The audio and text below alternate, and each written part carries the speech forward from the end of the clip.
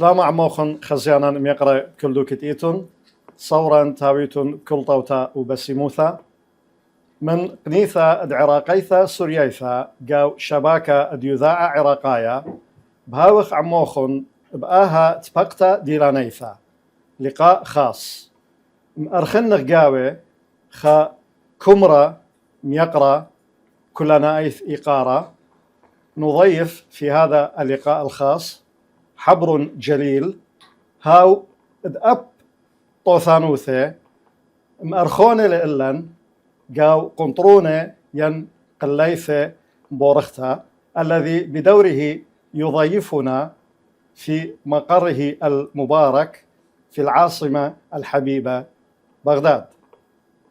أرخن إيلة طوثانوثة مار باولوس كليثايا نونا كاثوليقة بطريركا خاثة دعيتا كالديثة بعراق وتاول. ضيفنا الكريم الجزيل الاحترام هو غبطة مار باولوس الثالث نونا الجاثليق البطريرك الجديد للكنيسة الكلدانية في العراق والعالم. شلامة وخبة تا طوثانوثوخن سيدنا التنيقارة نتشرف يبرقو ديوان في حضرة غبطتكم أخنا نيشان من دات بقتا إلى دميثغ بهرة مسلط الضوء على خكم لو عيتناي وقواناي رابط صيخة سيدنا بآهت فقتا بارخ مار بشينا بقاوخ أخونا عزيزة وبشينا بكل خزيانة ميقرة وبخيل دالها تخملتا ومخيثا تطوطا دأثرا وطوطا دعمديا آمين.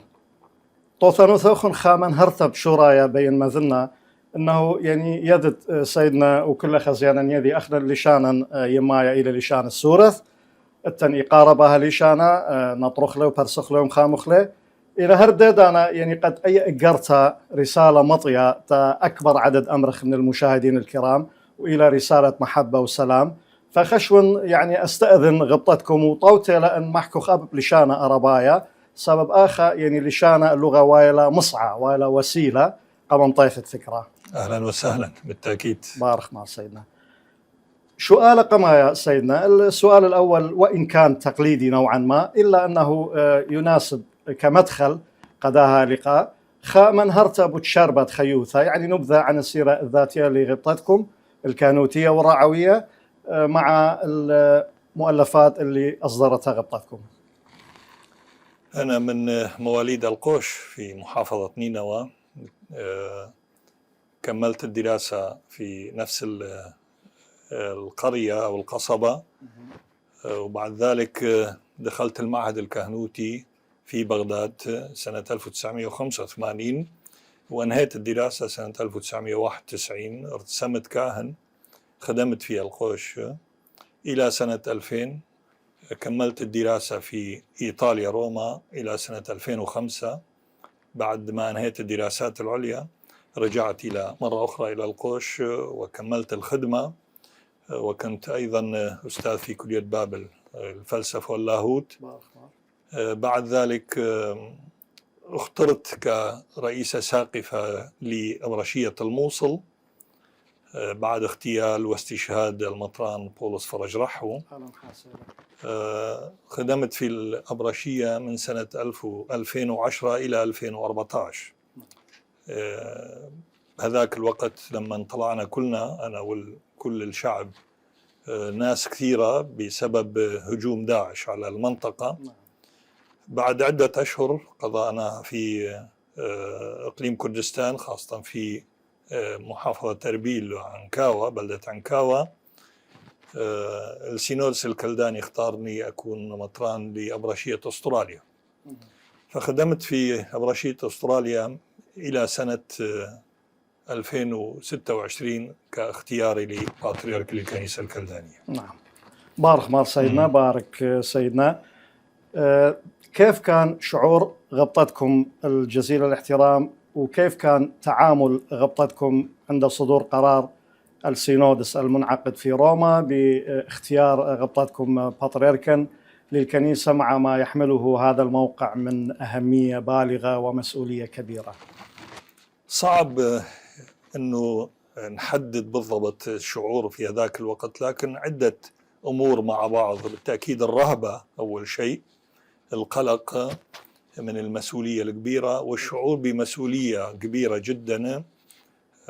ما أخفي أيضا نوع من الخوف، خوف مشروع لأن المسؤولية جدا كبيرة، وبالتأكيد أيضا فرح بأنه إخوتي الأساقفة تمنوني على هاي المسؤولية الكبيرة. فكان نوع من شعور مختلط من عدة جوانب. بارك الله سيدنا.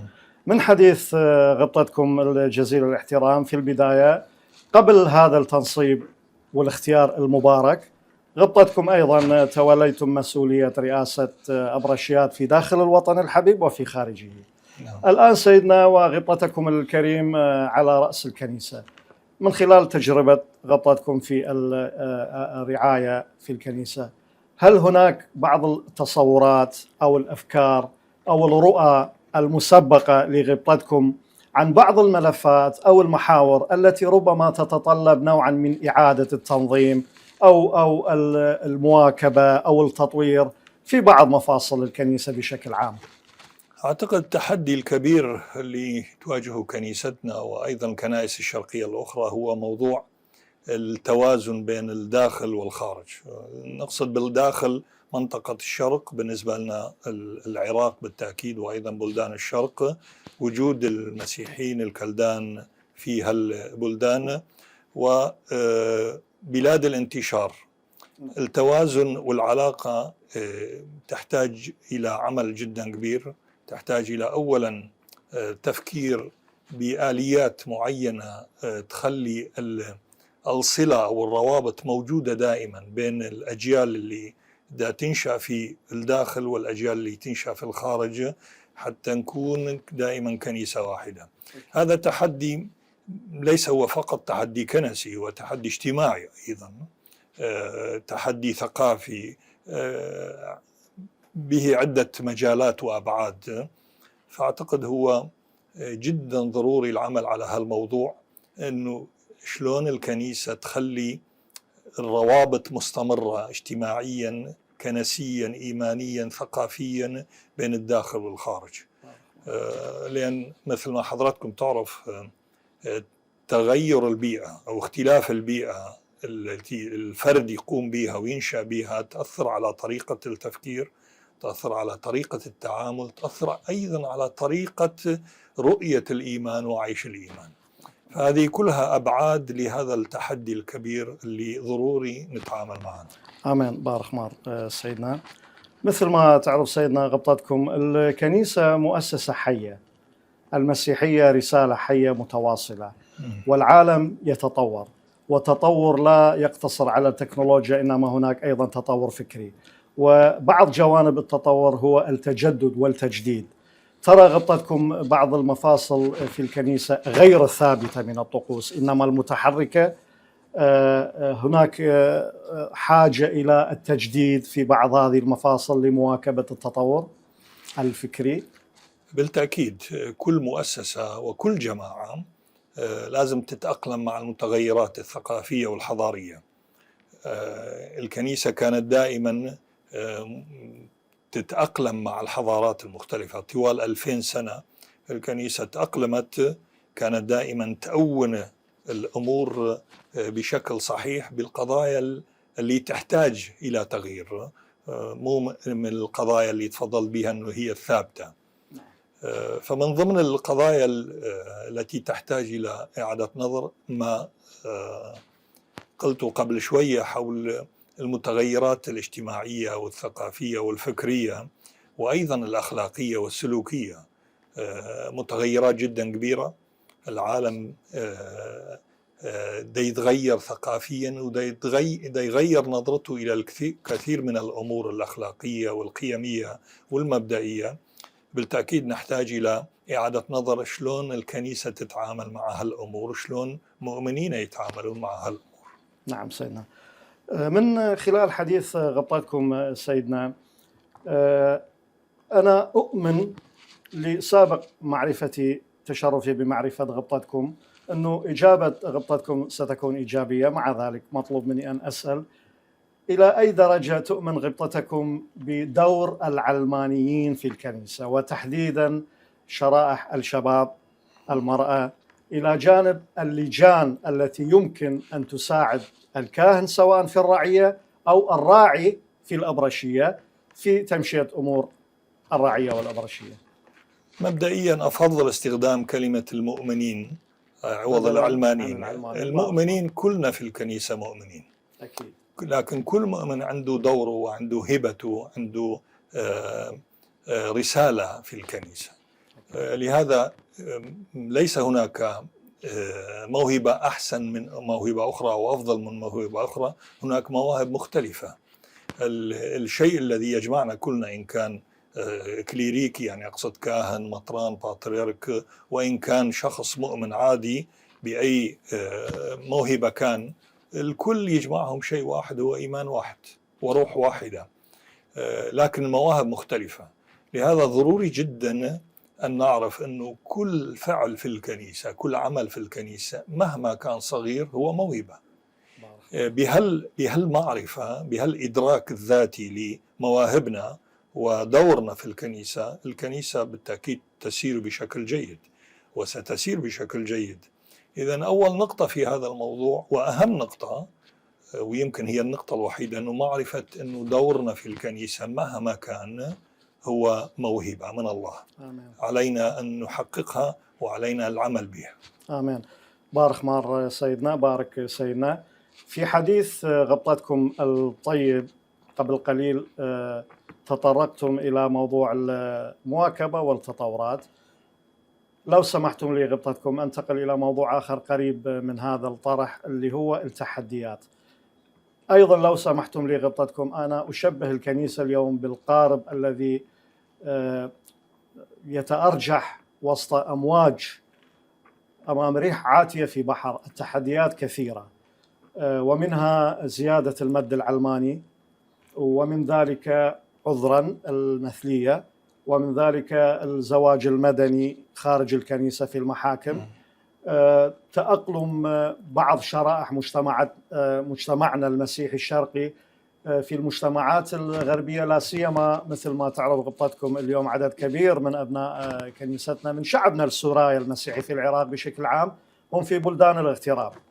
أمام هذه التحديات اللي أنا ذكرت نماذج منها، كيف ترى أو تنظر الكنيسة أو الرئاسة الكنسية الممثلة بغبطتكم الجزيل الاحترام إلى آليات المواجهة والمعالجة؟ نعم، أولا هذا الموضوع ما هو شخصي، هو موضوع ثابت، هو تعليم رسمي في الكنيسة وثابت، وما ممكن لأي شخص أنه يغير به. الشيء الآخر طريقة المواجهة جدا مهم أنه نعرف أنه تعليم الكنيسة في هالموضوع، الكنيسة الكاثوليكية واضحة، والكنيسة الكلدانية في سينودس 2024 أكدت على الرفض القاطع لكل ما هو مخالف لعقيدة الكنيسة الأخلاقية، إن كان من زواج المثليين والأمور الأخرى. فهذا الموضوع بالنسبة لنا واضح، لأن تعليم الكنيسة الكاثوليكية والسينودس الكلداني أكدوا على هالموضوع. آليات المواجهة تختلف بالتأكيد، تختلف. مرة أخرى نرجع إلى موضوع الداخل والخارج. في الخارج لأن المؤمنين يعيشون في محيط علماني بحت، في قوانين علمانية تشجع على هالأمور. هناك طريقة المواجهة تختلف من البلدان الشرق، اللي نشكر الله أنه القوانين والحياة الاجتماعية ترفض هذا الشيء. إذن ضروري نفكر بطريقتين أنه شلون نواجه هالأمور في الخارج وشلون نواجهها بالداخل. أنا أرجع وأقول أنه أفضل طريقة هي طريقة التعمق في الإيمان المسيحي، التعمق في الأخلاق المسيحية، الالتزام بالمبادئ الأخلاقية المسيحية هي أفضل وسيلة لمواجهة هذه الأمور. بارك مار سيدنا. وإن كان يعني هذا اللقاء اللي تشرفنا به مع غبطتكم يأتي بعد أيام قليلة من مراسم تنصيب سيادتكم بطريركا للكنيسة الكلدانية، لكن لو سمحتكم لي أن أسأل كيف تنظر غبطتكم إلى طبيعة ما ستكون عليه علاقة سيادتكم بباقي رؤساء أو رعاة الكنائس الأخرى في الوطن؟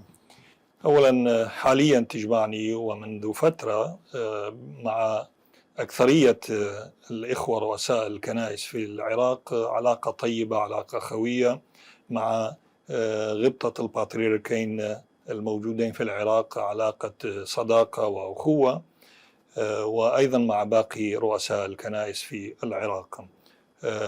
أنا أؤمن أنه من أجل أن نعمل مع بعض ضروري أن يكون لنا علاقة شخصية اعتيادية كأي أصدقاء وأي إخوة، وهذا جدا مهم، جدا مهم للعمل مع بعض. إن شاء الله نستند على هذا الموضوع حتى نعمل مع بعض، لأن ضروري جدا أن نكون موحدين في الأمور اللي تواجه أو التحديات اللي تواجه مؤمنين ومسيحيين في العراق بشكل عام. بارك سيدنا. أنتقل إلى موضوع آخر مهم جدا سيدنا، ومثل ما تعرفون غبطتكم يعني نحن العاملين في مجال الإعلام ربما لا نعكس بالضرورة آرائنا في صياغة الأسئلة، إنما نبض الشارع، نبض الشعب. الموضوع الهام هو موضوع الوحدة الكنسية، وعندما أقول الوحدة الكنسية سيدنا لا أقصد الوحدة بمعنى الاندماج الكامل الإداري أو الانصهار كنيسة في أخرى، إنما أن تأذنوا لي أن أعبر عنها بصفة التقارب وتوحيد الخطاب في بعض القضايا الهامة التي تخص مصير المسيحيين في العراق، لا سيما في واقع اليوم. نحن في تحدي مع موضوع الوجود. كيف تنظرون غبطتكم إلى أهمية هذا التقارب؟ ومن ثم لو سمحتم لي غبطتكم بعدها أنتقل أيضا إلى موضوع ممكن إذا حبيتوا غبطتكم توحيد مثلا عيد القيامة أو التقويم بشكل عام. من المهم جدا أنه يكون موحدين في خطابنا من أجل حقوق مؤمنين مسيحيين الباقين في العراق. جدا مهم وأساسي أن نكون موحدين في بعض الأمور اللي تخص مؤمنين. بالتأكيد مثل ما تفضلت احنا موحدين إيمانيا، كلنا نؤمن بإله واحد وبربنا. بالتأكيد اكو اختلاف في التقاليد والطقوس، وهذا غنى وليس موضوع تفرقة. آمين.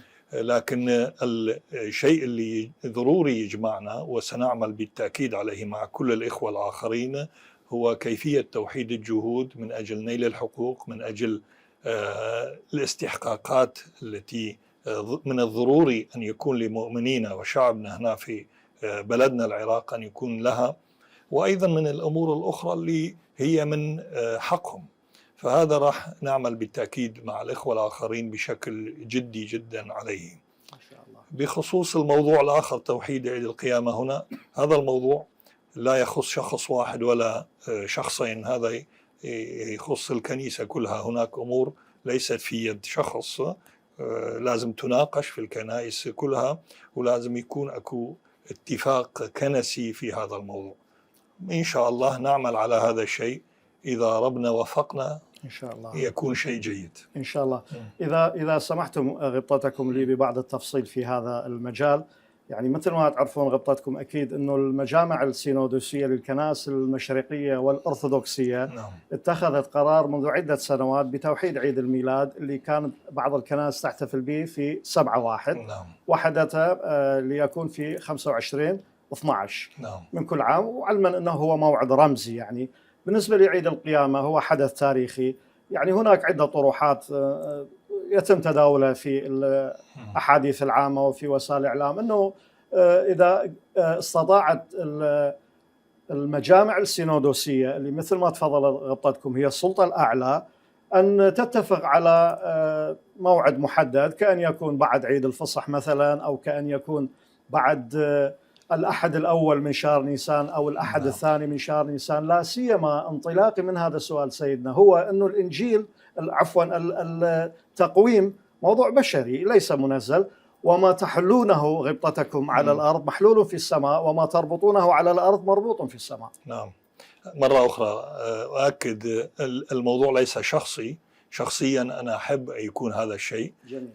إذا كل المجامع السينودسالية الكنائس الشرقية اتفقت، سوف نكون أول الكنائس اللي تطبق هذا الشيء. جميل. نصلي من أجل هذا الشيء. موقف مبهج ويجعلنا سعيدين فعلا سيدنا. إن شاء الله. بارك مار، بارك سيدنا. لو سمحتم لي حسب سياقات هذا اللقاء نأخذ فاصل قصير استراحة ثم نعود. مشاهدينا الكرام، خزيانا يقرب هوالا خباصولا كريا فاصل قصير ثم نعود. مدرب دير خبوشن عمان.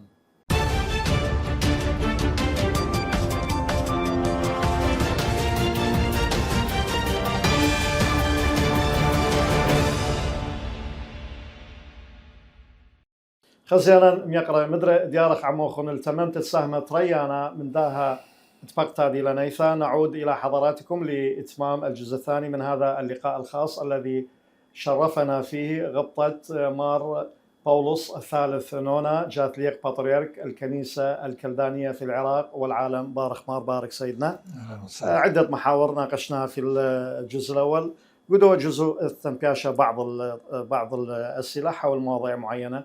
سيدنا يعني بعد عام 2003 والتغيير اللي صار في وطننا، انفتحت الآفاق والمجالات أمام فعاليات عديدة ومؤسسات عديدة. ضمن هذا الإطار سيدنا، كيف هي علاقة غبطتكم أو كيف ستكون علاقة غبطتكم مع الأحزاب والتنظيمات السياسية لشعبنا أخنا السورية تحديدا والقضايا التي ينشطون فيها؟ أنا وضحت وجهة نظري من البداية أنه لن نتدخل في موضوع السياسة. السياسة هي نتركها للسياسيين وليست عملنا. احنا عندنا عمل كبير جدا في الكنيسة. من جهة أخرى لن نكون مع أي شخص ضد أي شخص آخر. أبوابنا مفتوحة للجميع، ممكن نتناقش، ممكن نتكلم في كل الأمور، لكن لن نشجع جهة ضد جهة أخرى، ولن نكون ضد جهة مع جهة أخرى. أنا أعتقد أن موضوع السياسة هو شيء طبيعي يكون موجود. تنافس سياسي ضروري موجود في أي مجموعة وأي جماعة، وهذا يؤدي إلى تطور التفكير، تطور في نيل الحقوق، تطور في نيل كل ما من شأنه أنه يخدم مؤمنين وشعبنا. لكن ضروري أن يكون أيضا التنافس بمستوى معين من التعامل الجيد، التعامل الإنساني الجيد. ككنيسة دائما تعليمها أنه تكون خارج موضوع السياسة. احنا نشجع كل جهة تعمل لخير الناس ولخير مؤمنين وشعبنا، وكل جهة ترتكب أخطاء هناك طرق قانونية لمعالجة هذا الموضوع. بارك سيدنا. كما سنحت لي الفرصة أن أسأل غبطتكم كراع وبين قوسين رجل دين عن طبيعة علاقة غبطتكم برعاة ورؤساء أساقفة الكنائس الأخرى. سؤال مماثل أيضا، كيف تتمنون أو تأملون أن تكون علاقتكم مع أصحاب السماحة والفضيلة رجال الدين في الأديان الأخرى، الإسلام الحنيف، الصابئة، المندائيين، الإيزيديين في وطننا العزيز؟ بالتأكيد ليس تمني لكن عمل. سوف نعمل أنه يكون لنا علاقة احترام، مودة، وعلاقات جيدة مع كل الإخوة الآخرين من كل الطوائف والأديان في هذا البلد العزيز. نحن أبناء بلد واحد، ما يجمعنا هو أكثر من ما يفرقنا. ما يجمعنا هو العراق، ما يجمعنا هو العمل المشترك من أجل بناء العراق بشكل دائما أفضل وأفضل. الاختلافات إن كانت في الدين أو في الطائفة هذا شيء طبيعي، هو غنى لكل واحد من عندنا. بالعكس ضروري جدا يكون عندنا علاقات جيدة جدا مع كل رؤساء الأديان والطوائف الأخرى، وهذا سنعمل عليه بقوة، لأن هذا كان دائما في مسيرة الكنيسة ومسيرة رؤساء الكنيسة الكلدانية في التاريخ. علاقاتهم مع الإخوة في الآخرين في رؤساء الأديان الأخرى كانت جيدة جدا، وسنكمل هالمسيرة بعون الله إن شاء الله. بارك مار، بارك سيدنا. نحن في بلد إلى جانب ما يتميز به من حضارة وتاريخ عريقين، فإن الشعب والمجتمع فيه يقدم كل الإجلال والتوقير للقادة والرعاة الروحانيين.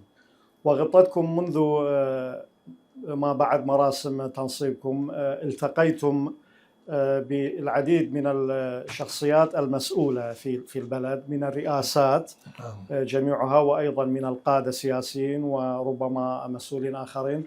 السؤال هو سيدنا، كيف ستتمكن غبطتكم من توظيف هذه العلاقة الطيبة باتجاه أنه معالجة التحديات التي يواجهها شعبنا المسيحي اليوم في العراق؟ ممكن أذكر لغبطتكم عدة أمثلة لكن أختصرها بموضوع الهجرة على سبيل المثال.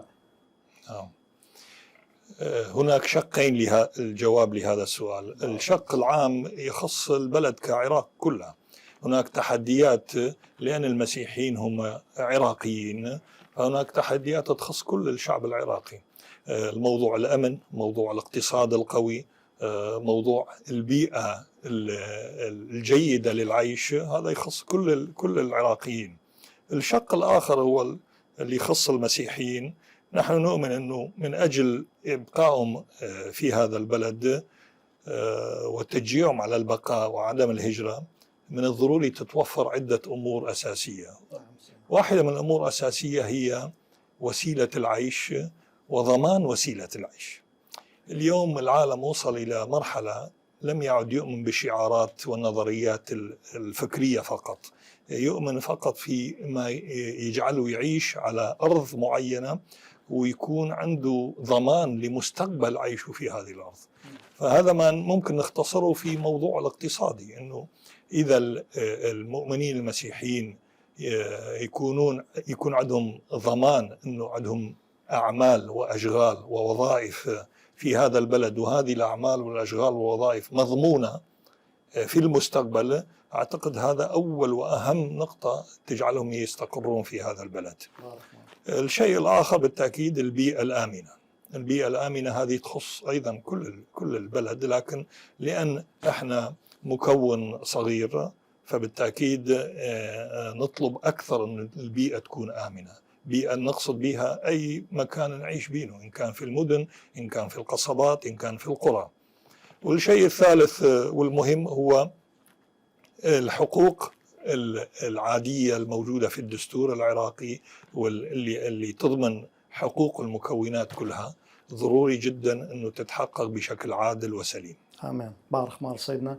سؤال عام لو سمحتم لي غبطتكم، في عالم اليوم المليء بالتحديات سيدنا، في وصيته الأخيرة سيد المسيح له المجد بحسب كرازة متى الإصحاح 28 يقول: دفع إلي كل سلطان في السماء وعلى الأرض، سيم تلمذ كل طائفة، تلمذوا جميع الأمم، عمذوهم بسم الآب والابن والروح القدس، علموهم أن يحفظوا ما أوصيتكم به.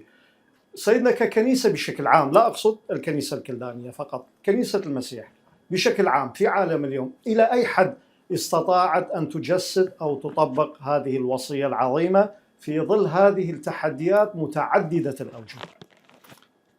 ما أستطيع أن أجاوب على هذا الموضوع لأن أنا ما أعرف كل الكنيسة في العالم شلون تتجاوب. أستطيع أن أجاوب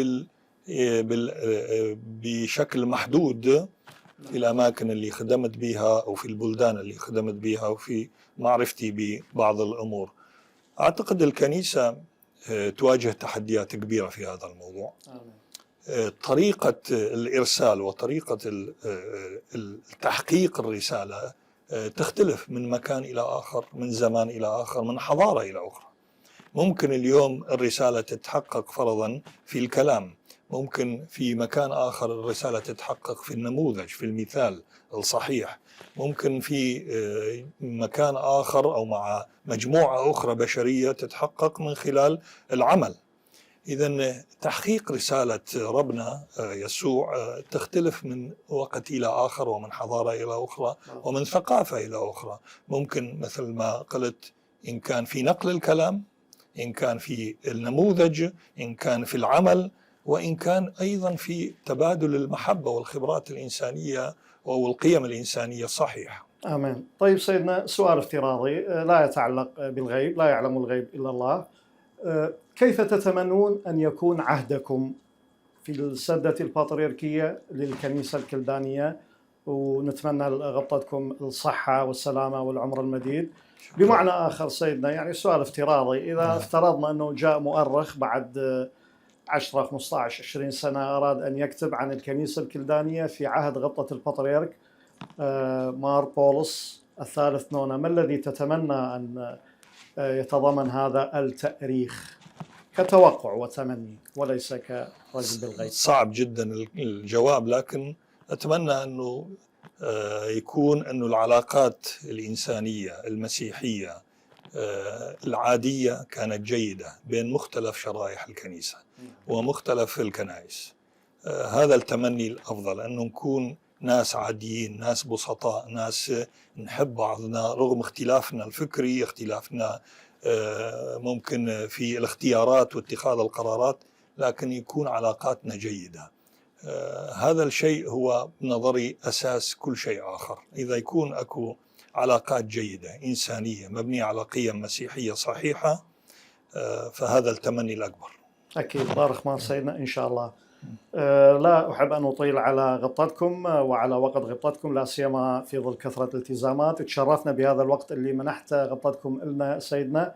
إذا كان أكو محور نسيت أن أسأل غبطتكم عنه وكنت تحب توضح شيء بشأنه، أو أن تشرفنا بكلمة أخيرة قبل أن نختم هذا اللقاء الخاص المتميز. شكرا جزيلا. أولا فقط شيء آخر أحب أقول أنه ضروري الإنسان يعتمد على الخبرات الإنسانية والإيمانية اللي يمتلكها حتى يعمل روابط واتصالات وعلاقات جيدة مع الآخرين، لأن اليوم عالمنا يحتاج إلى علاقة جيدة أكثر من مشاريع كبيرة، يحتاج إلى صداقة حقيقية أكثر من أفكار مثالية، يحتاج إلى خبرات إنسانية بسيطة متنوعة تعطي ثقة للآخر في الشخص أكثر من أي شيء آخر. فأتمنى أنه نكون على قدر هذه التمنيات.